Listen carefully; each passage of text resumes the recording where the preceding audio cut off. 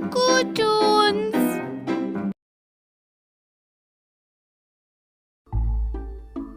কি ছোট বন্ধুরা, ছাতি ফাটার মাঠে ওই ভৌতিক ভোটের কথা মনে আছে নিশ্চয়ই? হ্যাঁ, ওই মাঠেই তো 3 জন ভূত প্রার্থী হয়ে দাঁড়িয়েছিল।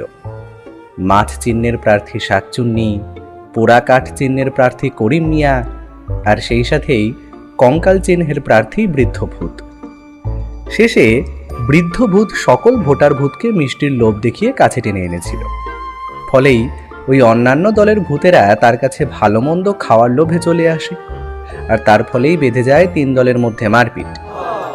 ওই মারপিটের ফলেই সকল ভূত যারা প্রাণ ভরে মনের আনন্দে মিষ্টি খাচ্ছিল, তারা মার খাওয়ার ভয়ে ওইখান থেকে হাড়ি ফেলে পালিয়ে যায়। আর দাশুকে মনে আছে? হ্যাঁ, সে তো ওই মাঠে ভূতের রাজা হয়েছিল, যে কিনা তার বন্ধুদের ভূতদের হাত থেকে প্রাণে রক্ষা করেছিল। কিভাবে সে রাজা হলো তোমাদের কি জানতে ইচ্ছে করছে না?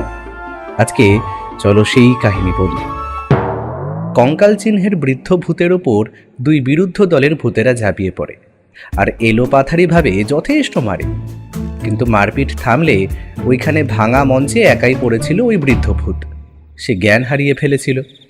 খানিক পরে তার জ্ঞান ফিরলে সে চোখ খুলে মাথায় হাত দিয়ে বলল, ও বাবা গো, এভাবে কেউ মারে? নিজে একেবারে হাড়গোড় ভেঙে দিলে। আরে ভূতেদের আমি মিষ্টি খাওয়াই আর চাই খাওয়াই, সেইটা তো আমার একান্ত নিজের ইচ্ছে। এই সামান্য কারণে মারপিট করার কি আছে? উফ, মাথাটা যেন বন বন করে ঘুরছে। ও যে কেউ আমাকে ধর, আমি যে উঠেই দাঁড়াতে পারছি না রে। ওই বৃদ্ধ ভূত যন্ত্রণায় কাতরাতে লাগলো। আশেপাশে তাকিয়ে দেখলো আর কেউ নেই। বিরুদ্ধ পক্ষ এমন মারপিট করেছে যে ভোটের প্রচারের সব কিছু আয়োজন ভেস্তে গিয়েছে। প্রচারের প্ল্যাকার্ডও ভাঙা। মিষ্টির হাড়িগুলো ভেঙে সব চুরমার হয়ে এদিকে ওদিকে ছড়িয়ে ছিটিয়ে পড়ে আছে। তার দলের কিছু ভূতের এখনো অবধি জ্ঞান ফেরেনি। সকলে জ্ঞান হারিয়ে মাটিতে চিৎপাত হয়ে পড়ে আছে। মাঠের ধার থেকে বেশ কিছু শিয়াল একযোগে ডাকাডাকি করছিল। নিম গাছের ডালে বসে পেঁচা ডাকছিল। সকল ভূত পালিয়ে গেলেও ঝোপের আড়ালে একটা ভীতু ভূত গুড়ি মেরে বসেছিল। সে নিজের মনেই ভয় পেয়ে বলে উঠল, ওরে বাবা রে, মারপিট কি এখনো চলছে? ওরে বাবা, মারলে যে আর আস্ত থাকবো না। কই দেখি দেখি, কান পেতে দেখি। কই না তো, আর তো কোনো শব্দ পাচ্ছি না। কিন্তু হে কি, ওই যে ওইখানে কে যেন পড়ে আছে। হ্যাঁ, আরে আরে বহু যে কঙ্কাল চিহ্নের প্রার্থী, সেই বুড়ো ভূতটা, হ্যাঁ, যে সকলকে মিষ্টি বিতরণ করছিল। দেখে গিয়ে দেখি আদৌ উনি বেঁচে আছেন কিনা। মাঠটা তো তিনি সকলের চাইতে বেশি খেয়েছেন। বলেই ওই ভীতু ভূত ভাঙা মঞ্চের কাছে উড়ে গেল আর গিয়ে কঙ্কাল চিহ্নের ওই বৃদ্ধ ভূতকে বলল, আগে কর্তা, আপনি কি বেঁচে আছেন? দেখুন সকলে চলে গিয়েছে, উঠে বসুন। মাঠ ঘাট সবকিছু ফাঁকা হয়ে গিয়েছে, কেউ আর কোথাও নেই। এই সুযোগ, এইখান থেকে কেটে পড়ুন চটপট। যারা ঝামেলা করতে এসেছিল সকলেই চলে গিয়েছে। উঠুন উঠুন, আমরা এখান থেকে চলে যাই। হ্যাঁ চলো বাবা। তা বাবা, তুমি কোন দলের? তোমাকে তো ঠিক চিনতে পারলাম না। তুমি আবার ভুলিয়ে ভুলিয়ে আমাকে অন্য দলের কাছে মার খাওয়াতে নিয়ে যাচ্ছ না তো? ভীতু ভূতটা এইবার জিভ বার করে কান ধরে বলল, ইয়া বাবা, ছ্যা ছ্যা কর্তা, এমন কথা বলবেন না। আমি ওই কাজ কখনো করব না। আমি কঙ্কাল চিহ্নের সমর্থক। আসুন আসুন আসুন। 2 ভূত মিলে আকাশে উড়ে অন্যত্র চলে গেল। এর থেকে 2 দিন পরে ওই কঙ্কাল চিহ্নের দলের একটা মস্ত মিটিং বসলো মাঠের উত্তর কোণে। একটা পাকুড় গাছের নিচে দাঁড়িয়ে আছে কতগুলো ভূত। সব ভূতের পরনে গেরুয়া রঙের পোশাক, আর পোশাকে মাঝখানে দলের প্রতীক চিহ্ন কঙ্কাল আঁকা। ওই পোশাক পরেই তারা নিজেদের মধ্যে কথা বলছে। সকলেই দাঁড়িয়ে আছে, কিন্তু ওই বৃদ্ধ ভূতটি বসে আছে একটা পায়া ভাঙা তক্তার উপর। দলের একজন ভূত এইবার বলে উঠল, স্যার, ভোটের রেজাল্ট বেরোবার আগে যে কাণ্ড হয়ে গেল এমনটা হবে আশা করিনি। ভূতেরা ক্রমেই শুধু নিজেদের চাহিদার দাবি জানাচ্ছে। কিছু দিলে তবেই তারা আসে, কিন্তু আমাদের কারোর ওপরেই তাদের আস্থা নেই। শুনেছি সকল দলের ওপরেই তারা বেজায় অসন্তুষ্ট। জানি না ভোটে কি রেজাল্ট হবে। না হে, আমাদের এবার যে করেই হোক জিততেই হবে। কিছু একটা উপায় বের করো তোমরা। কিন্তু স্যার, দেখলেন তো, প্রার্থী হিসেবে যদি আমরা কেউ দাঁড়াই তাহলে কেউই আমাদের ভোট দেবে না, কারণ সকলেই আমাদের অবিশ্বাস করে। তাহলে এখন উপায়? এমন একজনকে দাঁড়াতে হবে আমাদের দলের হয়ে যে কিনা কখনো এর আগে রাজাই হয়নি। একেবারে নতুন ক্যান্ডিডেট দরকার, আর যাকে দেখলে ভূতেরা আশ্বাস পাবে। কে আছে এমন ভূত যে কখনো রাজা হয়নি, যাকে ভূত সমাজের ভূতেরা অনায়াসেই সুযোগ দেবে?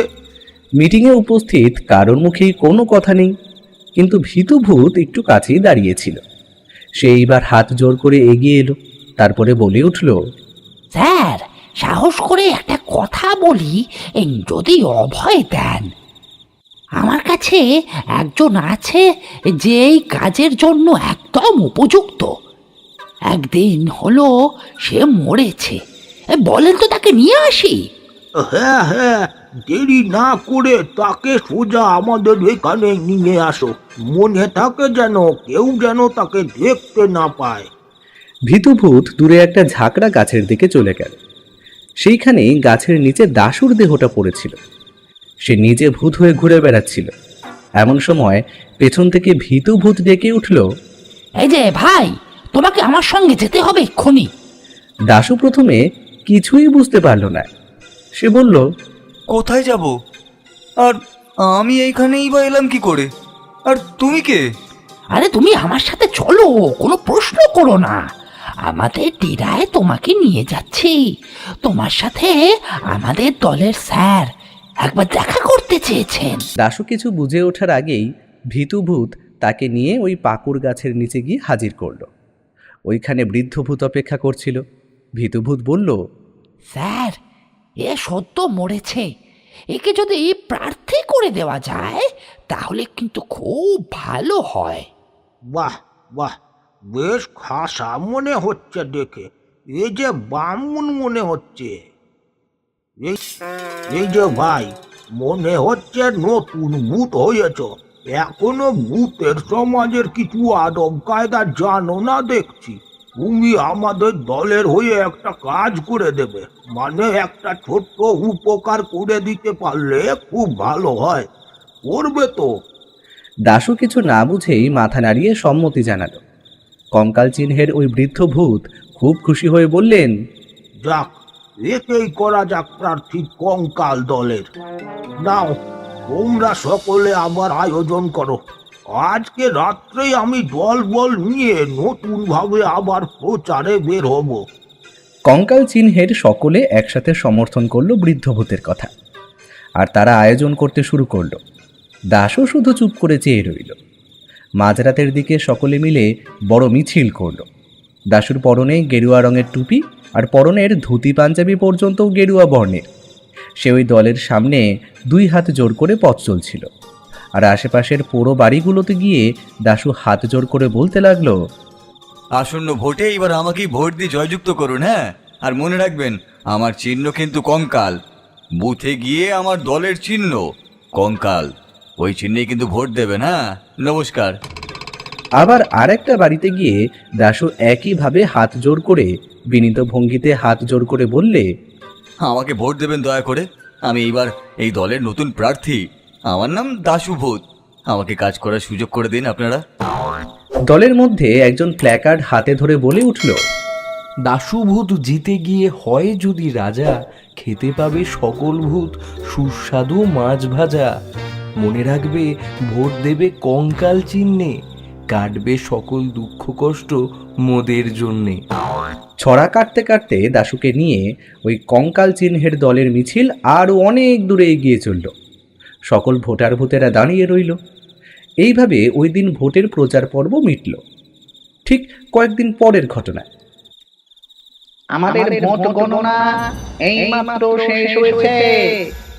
ভূত সমাজের ভোটে মাছ চিহ্ন প্রার্থী 200টি ভোট পেয়েছেন। পোড়া কাঠ চিহ্ন প্রার্থী পেয়েছে 100টি ভোট। আর সব থেকে বেশি ভোট পেয়ে জয়যুক্ত হয়েছে কঙ্কাল চিহ্ন। সেই দলের সর্বমোট ভোট সংখ্যা 500 অতিক্রম করে 550 গিয়ে পৌঁছেছে। ছাতি ফাটার মাঠে ভোটের যেই দিন ফলাফল বেরুলো, ওই দিন কঙ্কাল দল জিতেছে ঘোষণা হতেই কঙ্কাল দলের সকলে আনন্দে উল্লাসে ফেটে পড়ল। আর শুধু তাই নয়, আকাশে তারা আবার গেরুয়া রঙের আবির ছুঁড়ে নিজেদের উল্লাস প্রকাশিত করতে লাগলো। দাশুকে মরার খাটে বসিয়ে এক প্রকার রাজা সাজিয়ে সকলের সামনে দিয়ে সম্মানের সঙ্গে নিয়ে যাওয়া হচ্ছিল। বৃদ্ধ ভূত তার মাথায় রাজার মুকুট পরিয়ে দিয়ে ঘোষণা করলেন, প্রিয় ভূতগণ, আপনাদের সকলের ভালোবাসার দরুন আজকে আমাদের দল জয়যুক্ত হয়েছে বিপুল ভোটে। আশা করি আপনারা অত্যাধিক বিচার করেই নিজেদের ভোট আমাদের কঙ্কাল চিহ্নকে দিয়ে কাজ করার সুযোগ দিয়েছেন। আপনাদের অনেক অনেক ধন্যবাদ। কথাটা বলার পরেই সামনের অন্যান্য সাধারণ ভূতগুলো হই হুল্লোড় করে উঠল। দূরে করিম মিয়া আর শাকচুন্নি দাঁড়িয়েছিল। তারা ক্রুদ্ধভাবে দাশুর দিকে তাকিয়েছিল, কেননা এইখানে রাজা হলে 1 বছর অবধি দাশুর কথা মতোই তাদের চলতে হবে। তাদের ভেঙচে এইবার ভীতু ভূত সাহস পেয়ে বলে উঠল, হেরে গিয়ে দেখ এবার লাগছে কেমন মজা। ভূত সমাজে মোদের প্রার্থী দাশু হলো রাজা। কঙ্কাল দলের সকলে মিলে এইবার ওই ছড়াটা বলে উঠল, আর ওই হেরে যাওয়া দলের দিকে তাচ্ছিল্যের হাসি হেসে ব্যঙ্গ করতে করতে তাদের সারা মাঠ ছুটিয়ে হয়রান করল। ওই দিন শুধু ছাতি ফাটার মাঠে গেরুয়া রঙের ছড়াছড়ি।